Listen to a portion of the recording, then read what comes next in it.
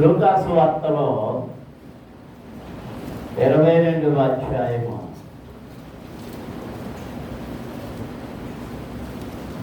31, 32 వచనం. 31, 32 వచనం. సీమోను, ఇదిగో సాతాను మిమ్మును పట్టి గోధుమల వలె జల్లించుటకు మిమ్మను కోరుకొనును గాని నీ నమ్మిక తప్పిపోకుండానట్లు నేను నీ కొరకు వేడుకొంటిని. నీ మనసు తిరిగిన తరువాత సహోదరులను స్థిరపరచుమని చెప్పాను. దేవునికి స్తోత్రం. అందరూ చేతులు దేవునికి స్తోత్రాలు చెల్లించండి. హల్లెలూయా, హల్లెలూయా, హల్లెలూయా. ప్రార్థన. పరమ తండ్రి, పరిశుద్ధ ప్రభువా, జీవాధిపతి మీకు స్తోత్రం. ఎంతవరకు పాడామో, మహిమపరిచామో, స్తుతించామో, ఘనపరిచామో. ఈ వాక్యమును చదివి దానిని ధ్యానం చేస్తుండగా మీరు మా మధ్య ఉండి మాతో మాట్లాడండి. మాకు కావలసిన హెచ్చరికలు, ఆజ్ఞలు అనుగ్రహించండి ప్రభువా. మమ్మల్ని తట్టండి, మేల్కొల్పండి, బలపరచండి, విజయపరచండి. మీ వాక్యము ద్వారా మాకు గొప్ప ఆదరణ కలుగ చేయండి. మాలో ఉన్న భయాలు, ఆందోళనలు అన్నీ తొలగించండి. నీ వాక్యము ద్వారా మమ్మల్ని జీవింపచేసి విశ్వాసములో స్థిరపరచమని యేసు నామమున అడుగుతున్నాము తండ్రి. ఆమేన్. దేవునికి స్తోత్రం. అందరూ స్తోత్రం చెల్లించుదాం. హల్లెలూయా, హల్లెలూయా, హల్లెలూయా. యేసు ప్రభువు పట్టబడుతున్న రాత్రి కొద్దిసేపట్లో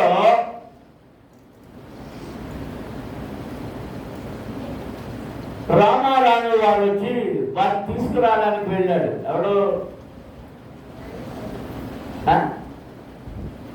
ఎవరు వెళ్ళాడు చెప్పాలి. రొట్టె మొక్క తిరిగి వెళ్ళాడు. ఎవరు వాడు? యోధా ఇస్కరియోతు. ఇస్కరియోతు అనేది వాడి ఊరు. వాడి పేరు యోధా. ఇస్కరియోతు వాడైన యోధా ఇస్కరియోతు.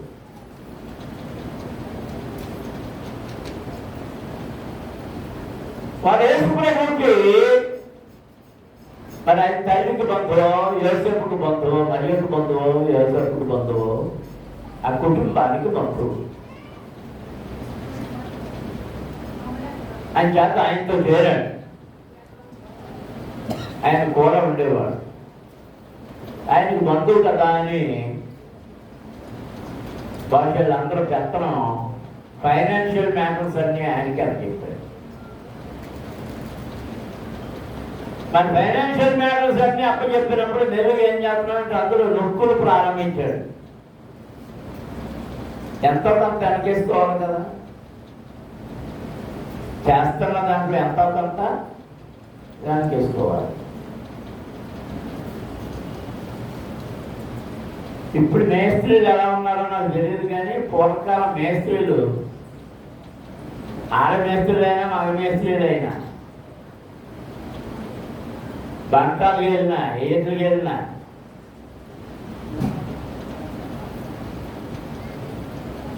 ఆ రోజుల్లో చదువు పెద్ద లేదు కనుక అది గెలవదు కనుక రోజులు లెక్కలో 1 రోజు 2 రోజులు తప్పించేసి రైతు దగ్గర కష్టాన్ని పుచ్చుకునేవారు. ఇక్కడ ఇచ్చేటప్పుడు మాత్రం కొన్నిసార్లు ఇంకా రైతు పూర్తిగా ఇవ్వలేదని తప్పించేసేవారు.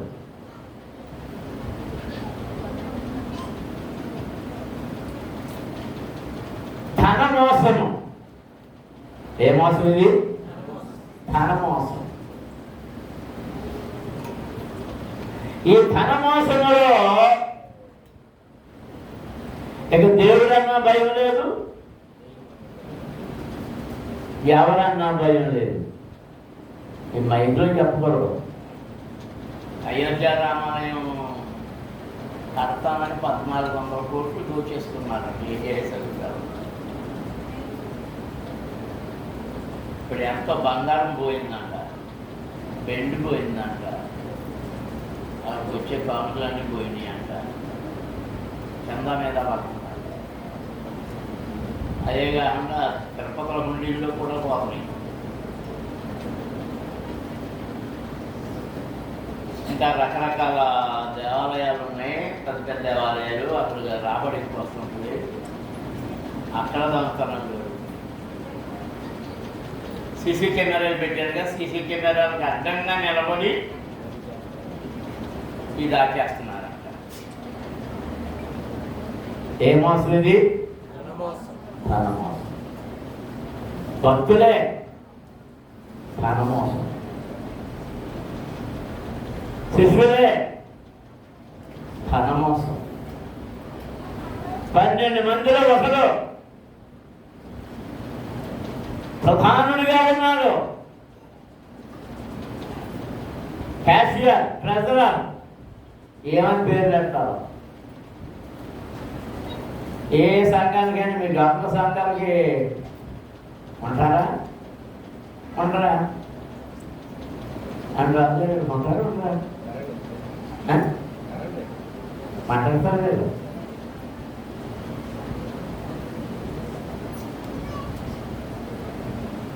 ఈ రాసేవాళ్ళే ఉంటుంది, చిట్ట రాసేవాళ్ళే ఉంటుంది అంతా. ఎలా తప్పించాలో, ఎలా వంకర రాకపోయారు.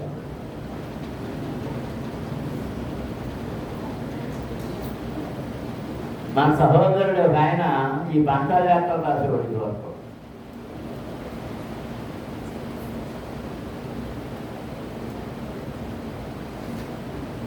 ఎవరికి లెక్కలు తేలకపోతేనంట వాళ్ళ బంకాలకి నా దగ్గరికి వచ్చేవారండి. ఆ మేస్త్రి వచ్చి చెప్పేవాడు, ఒరే బాబా ఎంత తేడా వచ్చింది, ఇది నేను మింగేశాను చెప్పేవాడు. నేను మింగేశాను, ఎలా సరిపెడతావు, సరిపెట్టంటే అందరికీ సరిపెట్టేవాడిని. నేనే చేసేవాడిని, అది నేను చేయగలిగినట్టు కేవలం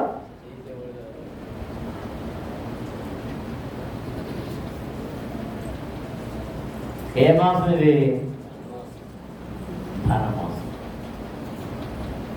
చివరికి వాడు ఏమయ్యాడంటే ప్రభుని అప్పగించిన తర్వాత వెళ్ళి చెట్టుకు ఉరిపెట్టుకొని చచ్చిపోయాడు. ఉరిపెట్టుకుంటే ఆ చెట్టు ఏమందంటే నీకు కూడా నాకెందుకురా, నీ రక్తాపరాధం నాకెందుకని కొమ్మ పెడపెడ ఇరిగిపోయింది. అదో విచిత్రం. పెడపెడ విరిగిపోతాడు. ఎక్కడ పడ్డాడంట? రాయి మీద పడ్డాడు. ఆ రాయి మంచి కోణంలో ఉంటుంది. పొట్ట చీరిపోయి పొట్టలో పేగులన్నీ బయటకు వచ్చేసి వెంటనే అక్కడికక్కడ నీది కానిది ఏది నీవు ముట్టుకోవద్దు. నీది కానిది నువ్వు ఏది ముట్టుకోవద్దు.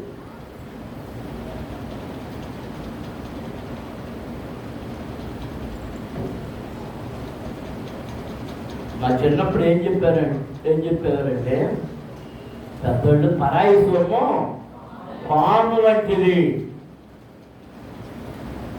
అది ఎప్పుడు ఏం చేస్తుంది? కాంటేస్తుంది. చూడండి, ఇప్పుడు హైదరాబాద్లో చూస్తే హైడ్రా అని వాళ్ళు పెట్టారు. వాళ్ళు ప్రతి ఇంటికి వెళ్ళి కొలతలు వేస్తున్నారు, భూములు కొలతలు వేస్తున్నారు. కొందరు రోడ్లు ఆక్రమించేసి కట్టేసుకున్నారు, అడిగేవాడు లేడే. ఆ చోట మాట నాయకుడు మాట్లాడ పెత్తనాలు చేసి కట్టేసుకున్నారు. మొత్తం ఏం చేసినట్టే కట్టేసి అన్ని పడగొట్టేస్తుంటారు. గుళ్ళను కోలాడుతున్నారు. ఏం ప్రయోజనం? ఏం ప్రయోజనం? అన్నీ నష్టమే, అన్నీ నష్టమే. దేవుడు నీకు ఏది ఇచ్చాడో దానితో నువ్వు సంతృప్తి పడు, అది నీకు దీవెన. అక్కడ దేవునికి స్తోత్రం జరుగుతున్నావు. హల్లెలూయా, హల్లెలూయా. ప్రభు సిలువ కప్పచెప్పబడే ముందు పేతురుతో మాట్లాడుతున్నాడు. శిష్యులందరూ అక్కడే ఉన్నారు. అందరికి బదులుగా ముందు ఎవరితో మాట్లాడుతున్నారు? సీమోను, సీమోను, ఇదిగో సాతాను మిమ్మును బట్టి, నిన్ను పట్టుకుని అనలే, మిమ్మును బట్టి గోధుమల వలె జల్లించుటకు మిమ్మను కోరుకొనెను. దేవునికి స్తోత్రం. జల్లిడేసి జల్లి, మీరు దొరికిన వాళ్ళు దొరికినట్టు, దొరికిన వాళ్ళు దొరికినట్టు శ్రమ పెట్టాలని వాడి కోరిక, బాధ పెట్టాలని వాడి కోరిక, వాడి బాటలో లేదని, సత్య మార్గంలోకి వచ్చారని, వాక్య జీవితంలో జీవిస్తున్నారని, ప్రార్థనలో ఉన్నారని, మీరు నన్ను వెంబడించారని, నా వెనుక ఉన్నారని, నా అడుగుజాడలో నడుస్తున్నారని వాడికి మీ మీద భయంకరమైన పగ వచ్చింది. పగ మిమ్మల్ని పట్టి జల్లెడు వేయాలని కోరుకుంటున్నాడు వాడు. కానీ నేనేం చేశాను? నేనన్ని కోరికను కానీ నేనన్నిగా తప్పిపోకుండాట్లు నేను నీ కొరకు వేడుకుంటుని. ఎవరి కొరకు? ఎవరి కొరకు? సీమోను పేతురు కొరకు. అందరూ దేవునికి స్తోత్రాలు చేస్తున్నారు. హల్లెలూయా. ఇప్పుడు అక్కడ ఎవరితో మాట్లాడుతున్నాడు? సీమోను పేతురుతో మాట్లాడు. నీ నమ్మిక తప్పిపోకుండా నీ కొరకు వేడుకొని. ఎవరిని? తండ్రిని. దేవుని పిల్లలారా, వాక్యమును వినుచున్న వారలారా,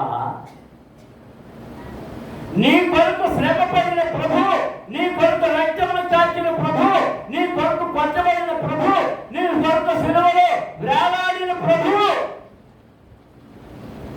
నీ నమ్మిక తప్పిపోకుండానట్లు నీ కొరకు తండ్రి దగ్గర వేడుకుంటున్నాడు. ఎప్పుడు తప్పిపోతాను? నీకు శ్రమ కలిగినప్పుడు, నీకు కష్టం కలిగినప్పుడు, నీకు వేదన కలిగినప్పుడు, నీకు బాధ కలిగినప్పుడు, నీకు వ్యాధి కలిగినప్పుడు, నీకు సాధన సంపాదించినప్పుడు కొంచెంలోనే తప్పిపోతున్నావు. శిష్యులతో ప్రభు ఉన్నాడు. దోణిలో వెళ్తున్నాడు. ఆయన అలసిపోయాడు. ఆమారామోన తల పెట్టుకొని నిద్రపోతున్నారు. కుడికేశారు. ఎంతలో ఏమొచ్చిందంట? అలలు దోణి కొరికి గాలి పెరిగింది. అలలు గట్టిగా వస్తున్నాయి. పడవ ఊగుతా ఉంది. వీళ్ళు ఎవరు చెప్పండి? వీళ్ళు ఎవరు? శిష్యులు. ఇంకా ఎవరు? దానికి ముందు ఎవరెవరు? చాలా అది గీత వచ్చా లేదా? చేపలు పట్టుకోవడం వచ్చా లేదా? వీళ్ళకి ఏం దొరుకుతాయి? వీళ్ళకి ఏం వేసిందంట? ఏంటి చూసి? అలా ప్రభా ప్రభా లే లే లే లే, మేము నశించిపోతున్నాము. నేను నశించిపోతాను, నీకు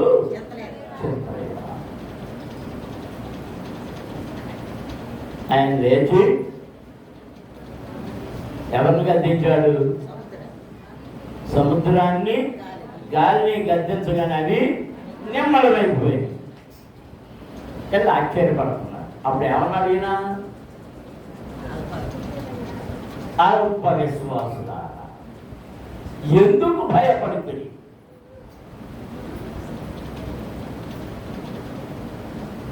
చిన్న గాలికి భయపడుతున్నాం, చిన్న తుఫానికి భయపడుతున్నాం.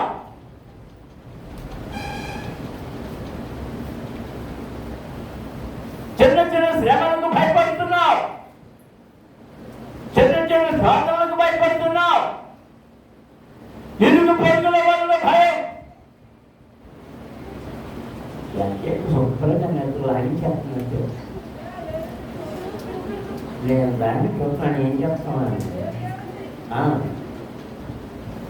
స్వాతంత్రం చెప్పిన పలుకుతాడు, ఏం చెప్పిన చేస్తలేదు.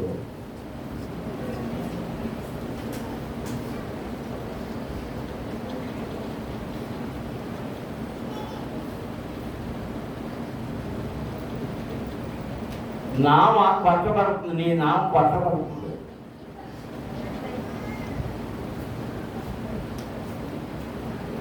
అలలు నిన్ను కొడుతున్నాయి, ఏదో దిగులు నిన్ను ఆవరిస్తుంది, ఏదో భయం నిన్ను ఆవరిస్తుంది.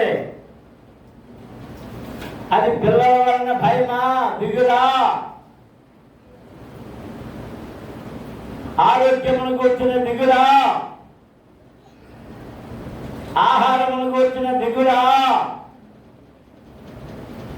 శరీరంలో ఉన్న బలహీనతలకు వచ్చి దిగులా? హృదయములో ఏర్పడిన శాంతిని బట్టి దిగులా? నీ కుటుంబంలో ఏర్పడినటువంటి తుఫానుల వలన కలిగిన దిగులా? ఏ దిగులు, ఏ దిగులు, ఏ దిగులు నిన్ను భయపెడుతూ ఉన్నది? నువ్వు భయపడవలసిన పని లేదు. నీ ఉన్న నావలో, ఏ నావలో కాబట్టి యేసు ఉన్న నావలోనే ఉన్నావు. నమ్మిన వారు దేవునికి స్తోత్రం చెల్లిస్తారు. హల్లెలూయా, హల్లెలూయా. అదిగో నా నావా అందులో యేసు ఉన్నాడు, నా నావలో క్రీస్తు ఉన్నాడు, నా నావలో క్రీస్తు ఉన్నాడు. అదిగో నా నావా బయలుదేరుతున్నది, అందులో యేసు ఉన్నాడు, నా నావలో క్రీస్తు ఉన్నాడు, నా నావలో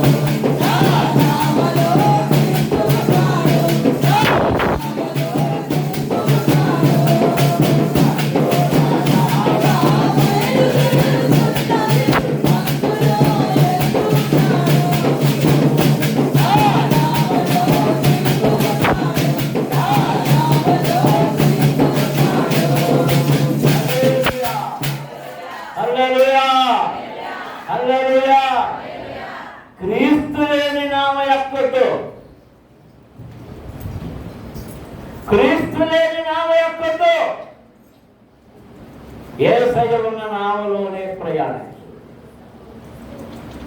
12 మంది శిష్యులు ఒకసారి యేసయ్య లేకుండా ప్రయాణమయ్యారు.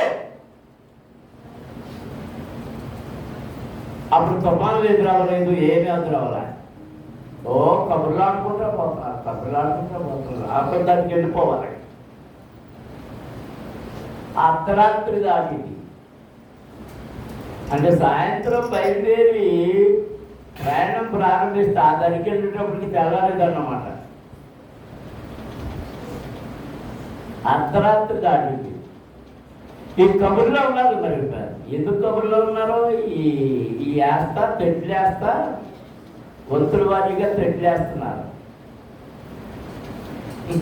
వంతుల వారీగా తెట్లేగా వేయకపోతే నా సముద్రం ఉండిపోతాయి. వంతుల వారీగా ప్రార్థన చేయండి అంటే చేయట్లేదు. తెడ్డేయట్లేదు. తెడ్డలేని వాళ్ళారా ఆ తెడ్డి మిమ్మల్ని బాగుంది, జాగ్రత్త.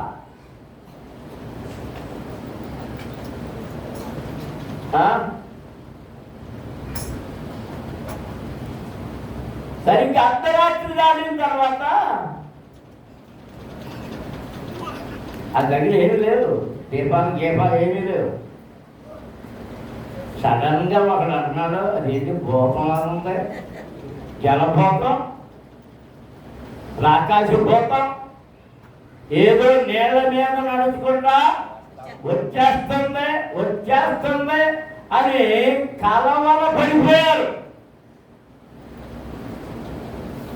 ఎందుచేత కలవరపడ్డారు? ఎవరు లేనందుచేత.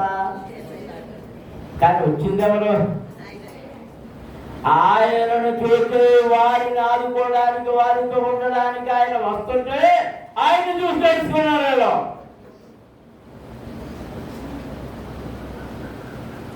అంచేత నువ్వు ఎక్కాలనుకున్నప్పుడు యేసయ్య నువ్వుంటేనే ఎక్కుతున్నాను. నువ్వున్నవా నా వాడ ఎక్కించు, నువ్వున్న బస్సు ఎక్కించు, నువ్వున్న కారు ఎక్కించు, నువ్వున్న సైకిల్ ఎక్కించు, నువ్వున్న మోటార్ సైకిల్ ఎక్కించు. ఆయన లేని మోటార్ సైకిల్ ఎక్కేవనుకో మహానంగా దెబ్బలే. ఆ ఎక్కించుకున్నవాడు ఎక్కడ తీసుకెళ్ళి గుద్దేస్తాడు. చూడమ్మా, మా ఆయనే కుటుంబరావు గారే నడుపుతున్నాడు మోటార్ సైకిల్. చూడు ఇదేంటి, ఇది ఎక్కడ పోయింది? ఓహో, 2 శనివారం సెలవు వెళ్ళిపోయిందా?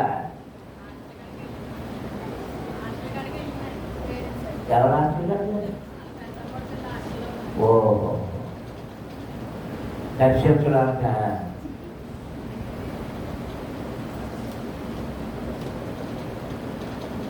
నేనేం చెప్తున్నాను మర్చిపోయి దీంట్లో జగన్మోహన్ మా కుటుంబరావు గారు మా సైకిలే కదా అంటే కుటుంబరావు ఉన్నారు కానీ ఏ సై ఉన్నారో లేదు చూడాలి.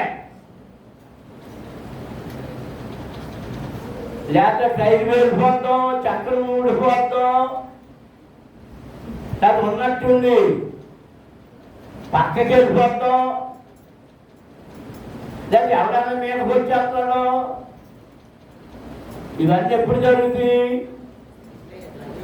యేసయ్య సహాయము లేనప్పుడు జరిగేటటువంటి ఇబ్బందులు విపరీతాలు.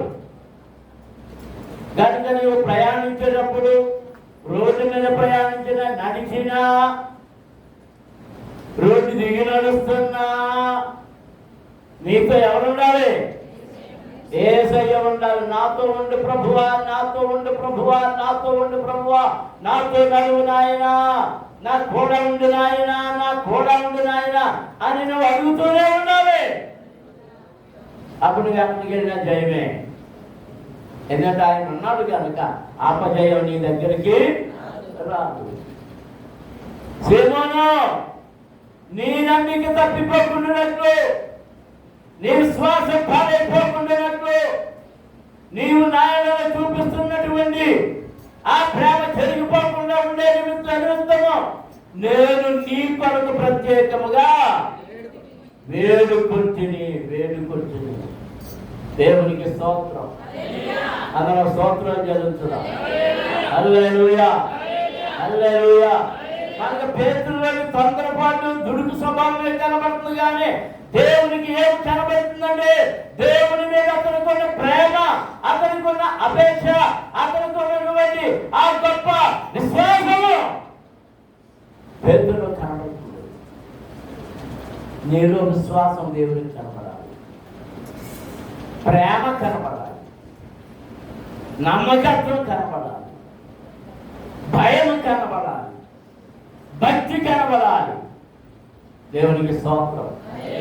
హల్లెలూయా. అప్పుడు నీకు శోధన సంభవించకుండా ఉండే నిమిత్తం నీ కొరకు ప్రభువే తండ్రి దగ్గర ప్రార్థన చేస్తున్నాడు. నమ్మిన వారు దేవునికి స్తోత్రాలు చేస్తారు. హల్లెలూయా, హల్లెలూయా, హల్లెలూయా. మనం ప్రేమించిన వారి కొరకు మనం భయంతో ప్రార్థన చేస్తాం.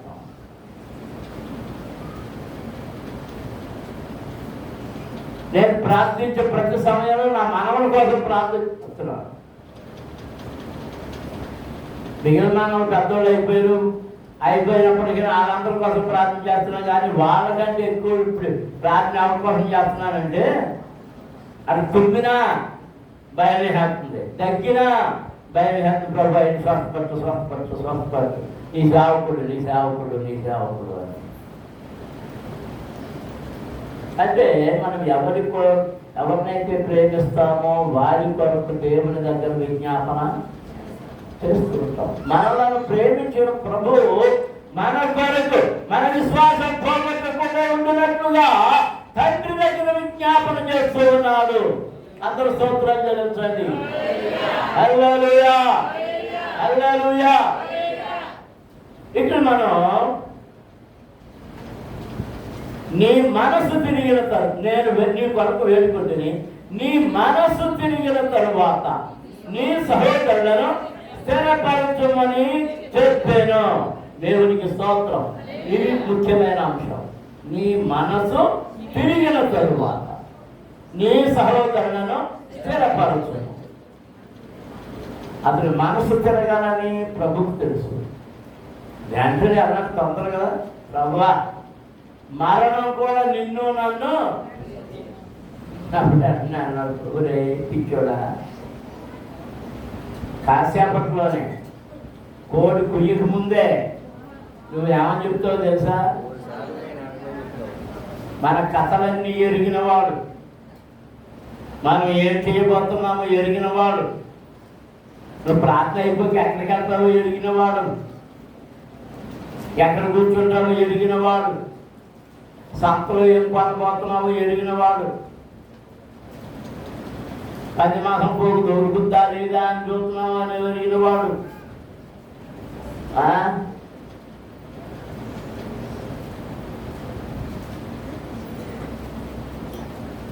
రాజు మనకి అప్పుడు వస్తున్నావు లేదు, కానీ లేట్ అయిపోతుంది, సంత అయిపోతుంది, పాటన అయ్యేటప్పుడు సంత అయిపోతుంది. 2 రోజులు ఉన్నాయి. ఎందుకు కాదా? ఎందుకు కాదా? పోగులు అయిపోతున్నాయి, గుర్తులు పోగులు. గుర్తులు పోగులు అంటే 6 ముక్కలు. ఆ గోల్పలాగా ఈ మధ్యాహ్నంకి ఎలా మార్చేశారు ఈ సంత కబుర్లు నాకెందుకు. ఆరాధన అయిన వెంటనే ఏం చేయబోతున్నావో, ఏ ఛానల్ పెట్టుకుంటావో, దేనికోసం చూస్తున్నావో. మా ప్రిస్కెల్ అయితే ఏ ఛానల్ చూస్తుందో చొంత కుక్కల మీద తండ్రి సరిపోతుంది. పాపాన్ని ప్రేమగా సాకాలి, స్నానం చేయించాలి, వాళ్ళు భోజనం పెట్టాలి, అన్నీ మనవలు కూడా చేయించిందో లేదో. ఇప్పుడు ముందు మనవలు చేస్తుందేమో. ముందు మనవరాలు ఎక్కడమ్మా?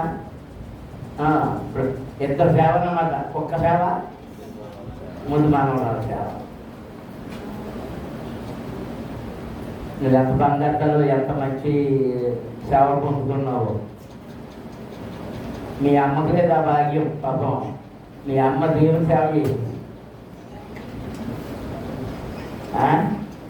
దేవునికి స్తోత్రం, అందులో స్తోత్రం జరుగుతుంది.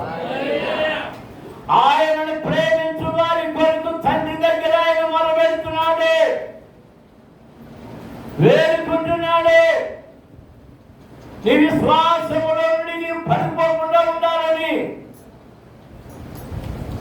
నీవు ప్రార్థించినప్పుడు, యేసు నామములో ప్రార్థించినప్పుడు ఆ వెంటనే జరగాలని తండ్రి దగ్గర ఆయన విజ్ఞాపన చేస్తూ ఉన్నాడు. సీమోను, నీ కొరకు నేను వేడుకొంటిని, నీ నమ్మకి తప్పిపోకుండానట్లు నీవు స్థిరపడిన తరువాత ముందు ఏమనాలి చెప్పండి, అందరూ స్థిరపడాలి. మనం అందరూ స్థిరపడాలి. ఎక్కడ స్థిరపడాలి? క్రీస్తులో స్థిరపడాలి, విశ్వాసంలో స్థిరపడాలి, భక్తిలో స్థిరపడాలి, ప్రార్థనలో స్థిరపడాలి, సంఘములో స్థిరపడాలి, వాక్యములో స్థిరపడాలి. స్థిరము లేని ఎడల మనం ఊగుతూ ఉంటాం. ముగించేమంటున్నాను సార్, నువ్వు మిగించమన్నా ముగించున్నావు.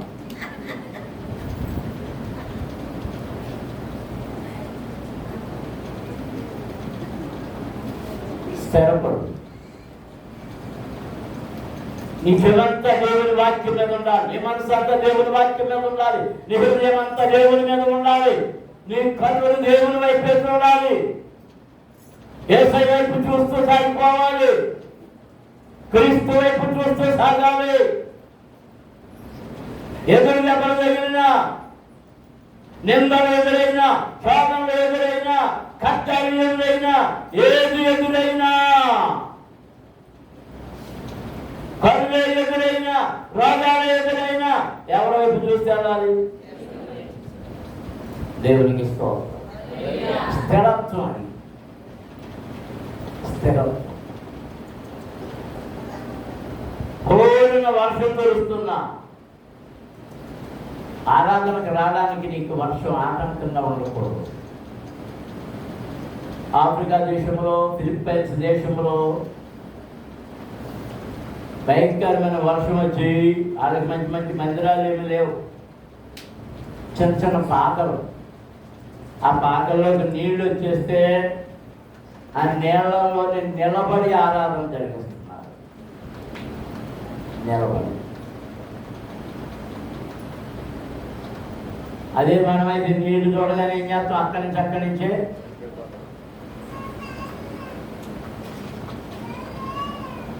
పరిస్థితులను బట్టి నీ భక్తి ఉండకూడదు. నీ భక్తిని బట్టి నీ పరిస్థితులు మారుతాయి. నీ పరిస్థితిని మార్చేవాడు నీ భక్తిని బట్టి, నీ శ్వాసమును బట్టి, నీ ప్రార్థనను బట్టి నీ స్థితిని మార్చడు. ఆ పాటలు తెగబాలేస్తున్నారు.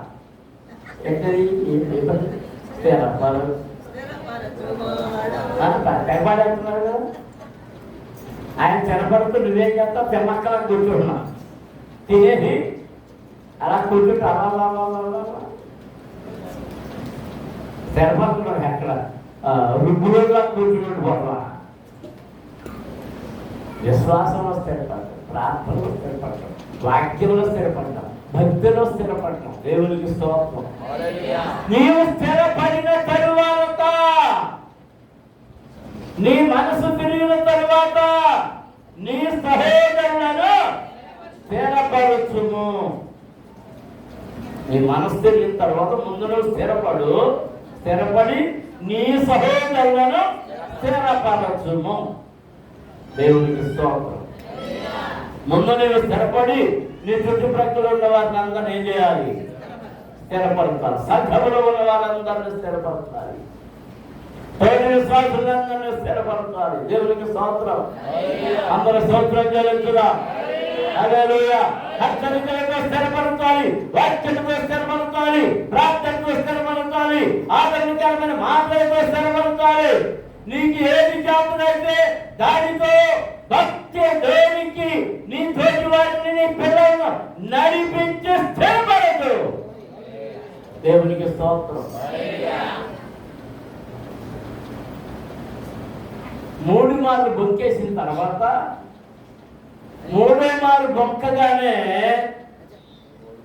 మారు మనసు వచ్చేసింది, స్థిరపడిపోయాడు. మారు మనసు వచ్చేసి స్థిరపడిపోయాడు. దేవునికి స్తోత్రం. హల్లెలూయా. ఇప్పుడు ఆ సమాధి తోటలో సమాధిలో ప్రభువు లేదని చెప్పగానే పరిగెత్తుకొని వెళ్ళి సమాధిలోకి తొంగి చూసిన వాడు ఎవడంటే ఈ పేతురే. దేవునికి స్తోత్రం. అందరూ స్తోత్రం చేస్తున్నారు. హల్లెలూయా, హల్లెలూయా, హల్లెలూయా. ఒకసారి అపోస్తలుల కార్యములు 1వ అధ్యాయం ఆయన స్థిరపడిన తరువాత ఆయన మొదలుపెట్టిన సంగతి మనకి 12వ చదువుతాం. అప్పుడు వారు ఒలీవలబడిన కొండ నుండి యెరూషలేమునకు తిరిగి వెళ్ళి ఆ కొండ యెరూషలేమునకు విశ్రాంతి దినమున నడవదగినంత సమీపమున ఉన్నది.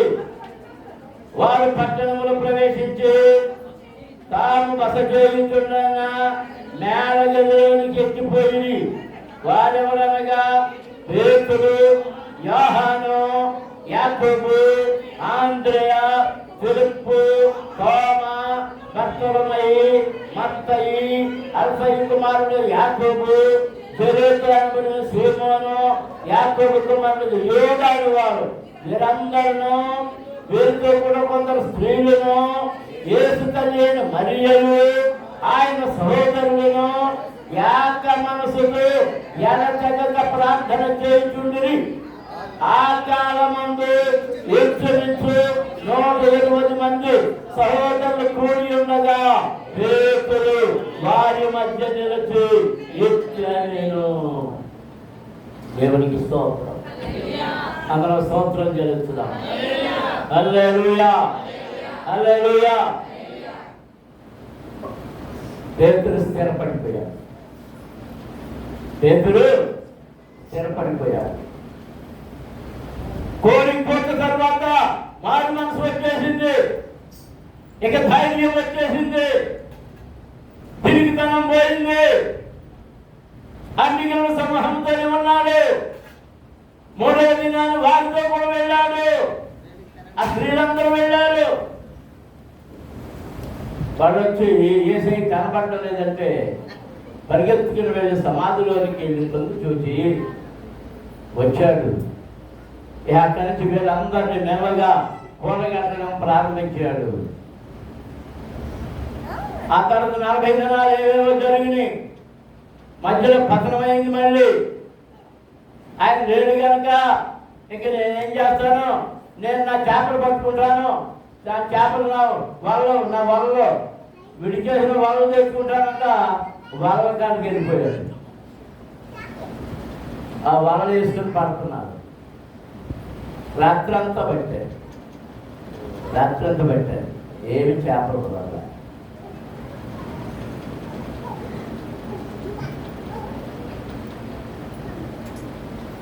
ప్రభు ఆ తెల్లవారు వస్తుంది.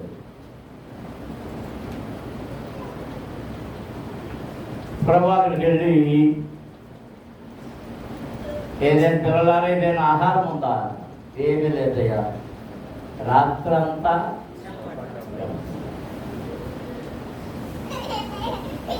రాత్రంతయు శ్రమ పడినా రాలేదు ప్రభు.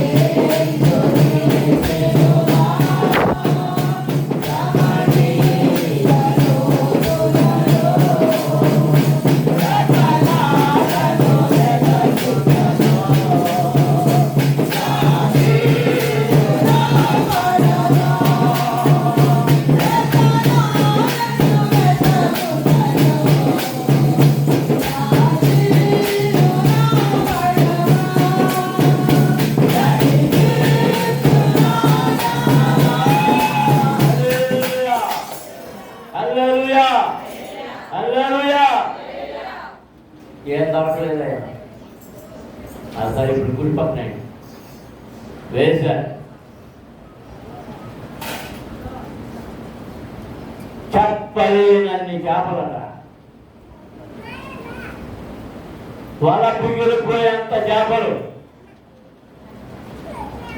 వాటిని లాగితే, వాటిని లెక్క పెడితే ఇంచుమించు చెప్పండి ఎన్నో లెక్క ఉన్నాయి. 153 అబ్బాయి అక్క 153 చేపలు. దేవునికి స్తోత్రం. అందరూ స్తోత్రం చెల్లించుదాం. హల్లెలూయా, హల్లెలూయా, హల్లెలూయా. అప్పుడు పేతురు గారు, అమ్మ బాబు ఇన్ని చేపలు పడ్డాయి అంటే ప్రభువా నువ్వా అంట సముద్రంలోకి దూకేశాడు. యాంట గోకి కూడా లేదు. దిగంబరి. ఏ అంబరి? దిగంబరి. అయ్యో బాబు సిగ్గుతో దూకేశాడంటే. అంటే ప్రభు లేచిన తర్వాత కూడలేడు, అప్పుడప్పుడు కనపడుతున్నాడు. ఇంకా 50 ఏళ్ళు వెళ్ళిపోయి అంతకుముందు ప్రభుత్వం ఉన్నప్పుడే తెల్ల రంగులు ప్రభువులాగా కనపడ్డారు, యేసు ప్రభులాగా కనపడ్డారు. ఇప్పుడు అన్ని బిగ్గాడు. పలవెక్కాడేమో ఆఖరి కోర్చు కూడా బిగ్గాడు.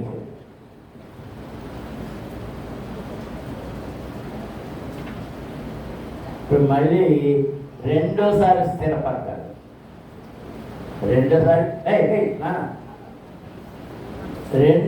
స్థిరపడ్డాడు. దేవునికి స్తోత్రం. హల్లెలూయా, హల్లెలూయా.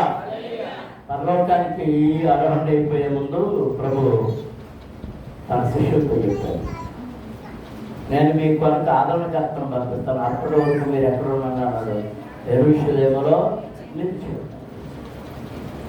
వీళ్ళు మేడగా ఎందుకున్నారు? పస్కా పండుగ చేసుకోవడానికి వచ్చారు. అందుకని ఒక అద్దెగది తీసుకున్నారు. ఆ అద్దెగదిలో ఎంతమంది పెట్టారు? 120 మంది. అంటే ఎంత పెద్ద హాలో! ఆ 120 మంది అందరూ పడుకోవడానికి అంత అనుకూలంగా ఉంది. యేసు తల్లి మరియ కూడా వాడుతూ ఉంది. మరియ కుమారుడు అంటే యేసయ్య సహోదరులు కూడా ఉన్నారు. ఈ 12 మంది శిష్యులు ఉన్నారు. 12 మంది హృదయంగా ఇంకా రకరకాల వాళ్ళు ఉన్నారు. పేర్లన్నీ మనకు అక్కడ కనబడుతున్నాయి.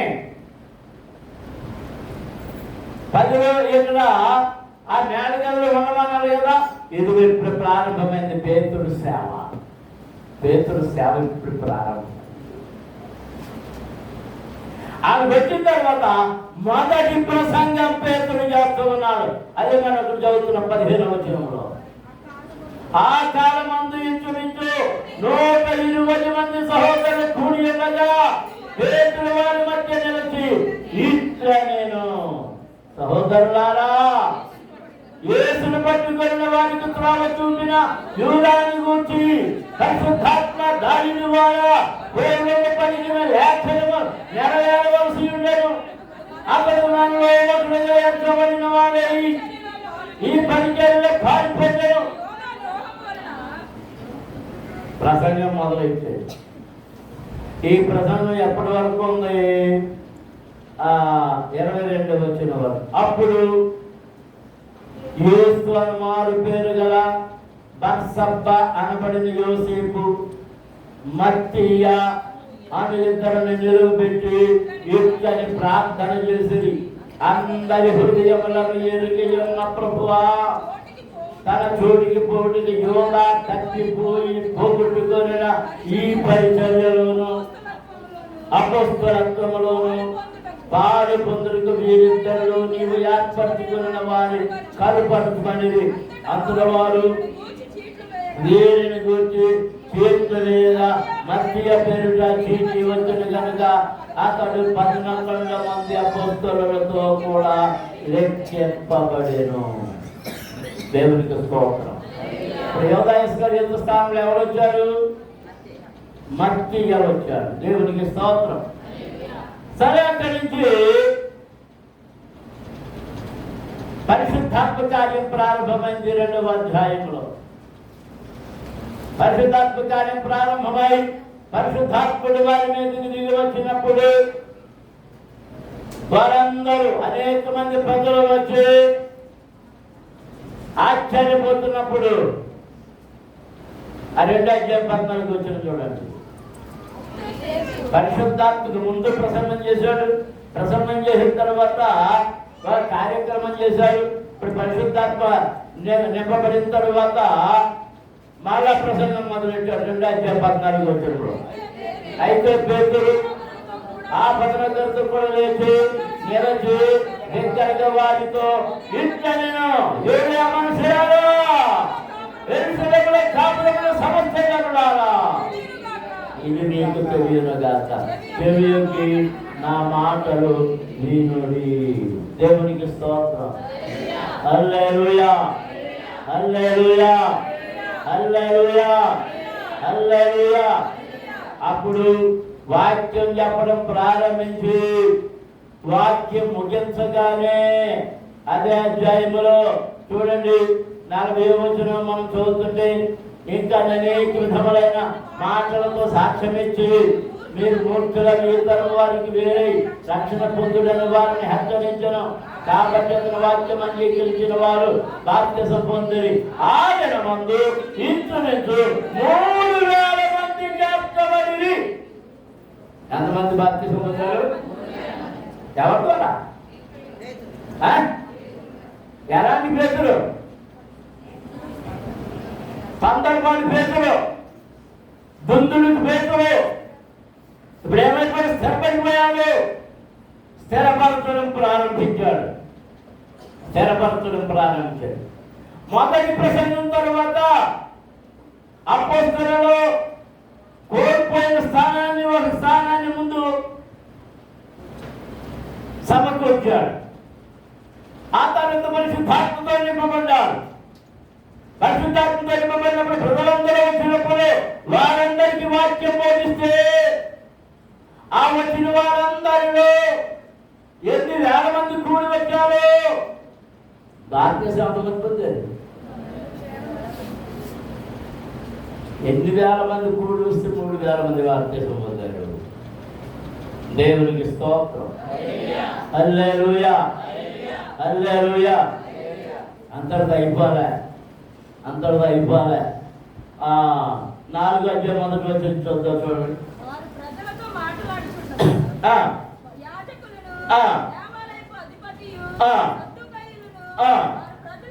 వారి ప్రజలకు బోధించుటయు యేసుని బట్టి మృతులలో నుండి పునరుద్ధానము కలుగును ప్రవచించుటయు చూచి కలవరపడి వారి మీదకి వచ్చి వారిని బలాత్కారంగా పట్టుకొని సాయంకాలం అనేందురా మరునాటి వరకు వారిని కావలలో ఉంచిరి. వాక్యము వినిన వారిలో అనేకులు నమ్మి వారిలో పురుషుల సంఖ్య ఇంచుమించు 5000.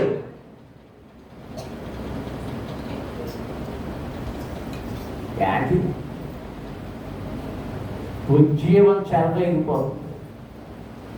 ఏమవుతుంది చెప్పండి? ఉద్యమం చెలరాగడం మొదలైంది. 5 రొట్టెలు 2 చేపలు విరిచి పంచినప్పుడు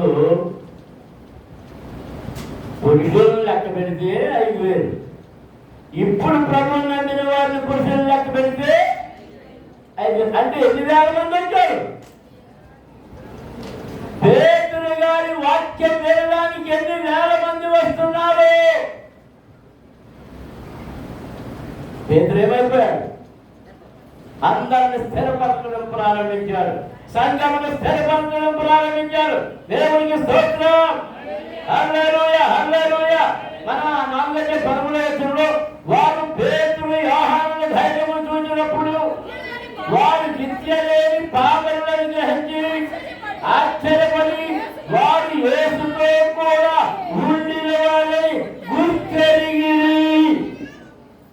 దేవునికి స్తోత్రం.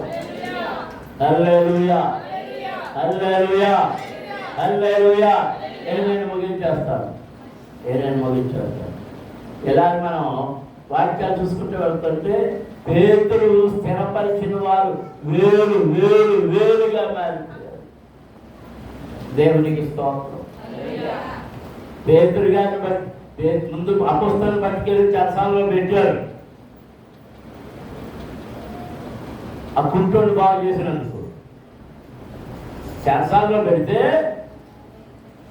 అర్ధరాత్రి దేవదూత వచ్చి తీసుకెళ్ళిపోయింది బయటికి 12 మందిని. అది మళ్ళీ వెళ్ళి ఆ సమాజ మందిరాలు వాక్యం చెప్పడం మొదలు పెట్టారు. ఆ తెల్లారి కోర్టోళ్ళు వెళ్ళి రాత్ర ఆ జైల్లో పెట్టిన 12 మందిని తీసుకురండి అన్నారు. వెళ్తే బయట కాపలాగా ఏమన్నారు, అధికారులాగే ఉన్నారు, పోలీసులాగే ఉన్నారు. లోపల గదిలోకి వెళ్ళి చూస్తే ఎవరు లేదు. కంగారు పడిపోయి పరిగెత్తుకుని వచ్చి చెప్పారు. అధికారులు వణుకు తల, ఎవరి పేట ఎగిరిపోతే అర్థం కాకుండా వీళ్ళందరినీ ఉరి తీసేస్తాడు. ఈ భయంతో ఉన్నప్పుడు ఎవడో పరిగెత్తుకొని చెప్పాడు, ఆ 12 మంది అక్కడ బాగు చేస్తున్నారు. ఆయన ఎక్కడ? సమాజ మందిరంలో. దేవునికి స్తోత్రం. హల్లెలూయా, హల్లెలూయా, హల్లెలూయా. ఇక పేతురు ఎంతగా స్థిరపడిపోయాడంటే ఆయన వాక్యం చెప్పడం అలసిపోతున్నాడు. అలాంటి పరిస్థితుల్లో పేతురుని అక్కడ తీసుకెళ్ళి ఆ జైల్లో పడేస్తే అమ్మయ్య నాకు సమయం దొరికిందని పడుతుంది ఎక్కడ అవుతున్నాడు. సమయం ఏం చెప్పమాలంటుందంట? అత్యాశక్తితో ప్రార్థన చేయడం ప్రారంభించాడు. ఆయన ఏం చెప్తున్నాడు? అమ్మయ్య నాకు సమయం దొరికింది అని పడుతున్నాడు అన్నాడు. మధ్యరాత్రిలో కట్టాడు, దేవదూత లేచాడు, నడిపించుకుని తీసుకెళ్ళి విడిచిపెట్టేస్తే ఏమనుకుంటున్నాడంట? కళ అనుకుంటున్నాడంట. ఇదంతా కళ అనుకుంటున్నాడు. దేవునికి స్తోత్రం. హల్లెలూయా. 4 రోడ్ల మధ్యలో విడిచిపెట్టేసిన తర్వాత పేతురు పో, ఇంటికి పో అన్నప్పుడు మేలుకొని చూస్తే 4 రోడ్ల మధ్య ఫోటోలో ఉన్నాడు. అప్పుడు సంఘం ఎక్కడైతే ప్రార్థన చేస్తుందో ఆ ఇంటికి వచ్చాడు. అక్కడ తలుపు కొట్టాడు. ఆ క్రైస్తవుల గురించి భయం కలిగి ఉన్నారు కనుక వీళ్ళందరూ రహస్యంగా ప్రార్థన చేస్తున్నారు. ఆ హృదయ అన్న పిల్లొచ్చి ఎవరో అని పిలిచింది. అమ్మా నేను తలుపుది, నేను పేతురుని, సీమోను పేతురుని అని అంటే ఎవరయ్యా? ఆ సీమోను పేతురుని. సంతోషంతో పరిగెత్తుకెళ్ళిపోయి వాళ్ళకి చెప్తుంది, పేతురయ్య గారు వచ్చాడు. నేను విన్నాను, స్వరం గుర్తుపట్టింది, నేను విన్నాను, ఆ స్వరం విన్నాను, ఆయనదే స్వరం. రోజు వింటున్నాను కదా, బాగులు వింటున్నాను కదా, ఆయన స్వరం వింటున్నాను. నా గొర్రెలు నా స్వరము వినును. దేవునికి స్తోత్రం. హల్లెలూయా. పెద్దలకు చెప్తే అప్పుడు పెద్దలు వచ్చి తలుపు తీస్తే ఎవరున్నారు? స్థిరపడ్డా లేదా? ప్రజలు స్థిరపరిచాడా లేదా? వీళ్ళందరూ ప్రార్థన చేస్తున్నారంటే ఎవరి వలన స్థిరపడ్డారు? వీళ్ళందరూ పేతురు వలన. నీ వలన సంఘం స్థిరపరచబడాలి, నీ వలన నీ ప్రక్క వాళ్ళు స్థిరపరచబడాలి, నీ తోటి సహోదరులు స్థిరపరచబడాలి, వాక్యములు స్థిరపరచబడాలి, ప్రార్థనలు స్థిరపరచబడాలి, భక్తులు స్థిరపరచబడాలి, ఉపవాసములు స్థిరపరచబడాలి, కృపలలో స్థిరపరచబడాలి, ఆత్మ వరములలో స్థిరపరచబడాలి, పరిశుద్ధాత్మ నిపుణుల స్థిరపరచబడాలి. అందరూ మోకరించండి. పేతురు వలె నీవు స్థిరపడు, ఇతరులను స్థిరపరచు. నీవు స్థిరపడు, ఇతరులను స్థిరపరచు. నువ్వు పేతురుగా మారిపోవాలి.